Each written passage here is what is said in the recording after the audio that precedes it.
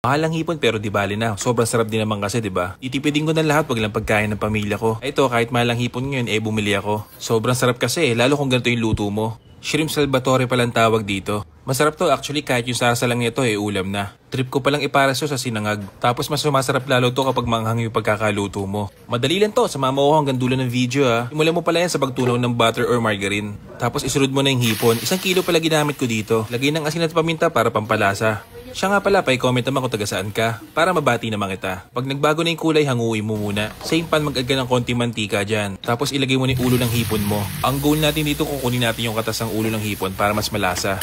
Lutuin mo lang ng mga 2 minutes tapos set aside mo na. Same pan pa rin, maglagay ka ng konting mantika tapos maglagay ka ng 2 tablespoon ng butter or margarine. Ilagay na maraming bawang tapos lutuin hanggang sa maging golden brown. Sa honey, 3 kutsara ginamit ko dito. Pero pag wala asukal, pwede na. Lutuin mo lang hanggang sa matunaw tapos mag-add ka ng paminta. Maraming keso tapos maglagay ka rin ng mayonnaise. Half cup pala ginamit ko dito. Para mas creamy pa, maglagay ka dyan ng evap. Konting-konti lang. Lutuin mo ng gusto yan para mag-mix lahat sila. Nga pala, para sa mga tatanong kung saan ko nabibili yung panghalo ko, spatula palang tawag dito. Hindi ka nagagamit ng shanse o kaya naman sandok kapag meron ka nito. Nasa comment yung link ha. Add ka pala dyan ng calamansi juice, 2 tablespoon yan. Tapos pwede mo nang ibalik yung mga hipon mo. Haluin mo ng gusto yan. Siguro mga 2 minuto ko rin niluto yan. Mag-add ka ng konting green para pampakulay. Tapos sa sili, optional naman yan.